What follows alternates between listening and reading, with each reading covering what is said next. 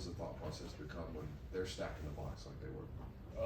I think a lot of it has to do with remember what's happening during that play. So when you go on the sideline, you can make adjustments on the side, what they're doing to give something away, or something like that, so they can get it back up to the box. And then I think a lot of it just involves getting big. There's a lot of times that you could be half on a combo, half on a linebacker cover, so it's kind of just having to deal with both at the same time. But you'd like to get off a combo clean and pick up a linebacker when he's pressuring, but it doesn't always work like that. So I think a lot of it's just having a mindset that's going to happen, and you know it's coming, and just trying to deal with it the best you can.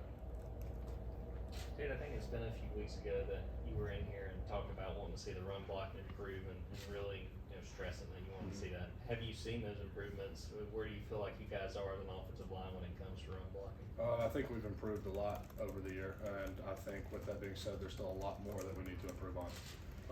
I think there's some stuff that bothers us. There's some stuff that gives us trouble, and I think we work on that a lot during practice, and it really helps us. But yes, I think I've seen improvements from us as a whole group and individuals. So it's been good to see. Yeah, I wanted to ask you about Marcus.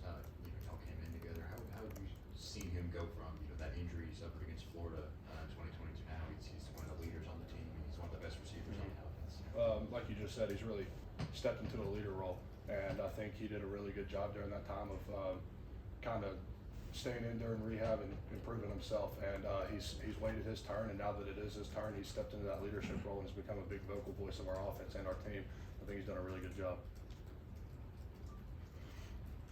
Tate, I know it's still early in the week. We hear players talk about keeping the line in the cage until game time. When do you start to feel the adrenaline and the build up? When do you start? I don't know what feelings you would call that, but certainly you know what's at stake Saturday night.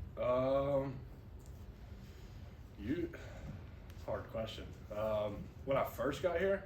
Well, I mean, just in general, Like, about when a game's coming up. When do you start getting that feeling about what's about to go down?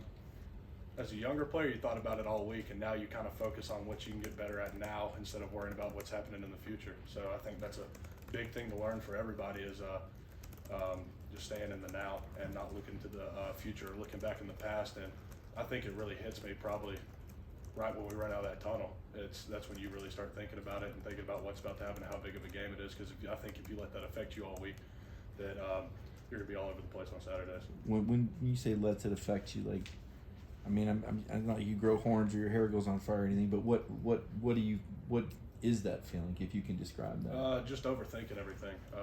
I think if I wait and focus on what I have to do at this moment, and it gives me a sense of confidence, not knowing that I don't have to go out there and be something I'm not. I just got to go out there and do my job to my best ability. Yeah, just what have you seen C.J. Allen and Raylan Wilson bring to this team, even obviously before this week? I remember when they first got here for bowl practice, and they came out there on our scout defense, and all of our offensive line were looking like, who are these guys? They were flying around hitting stuff. But I've definitely seen them grow up a lot since they've been here, and now it's been kind of forced on them, so they've really tried to step up into that, and I think they're doing a really good job. Tate, I don't know if you're aware of this, but Cedric will make his 40 consecutive start on Saturday for Georgia.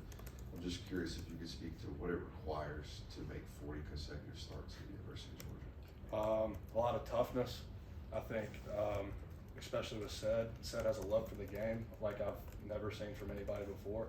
I mean, last night we were in there watching film till 10 o'clock with him, and he's sitting there and he picks out stuff that you would never think to like look at.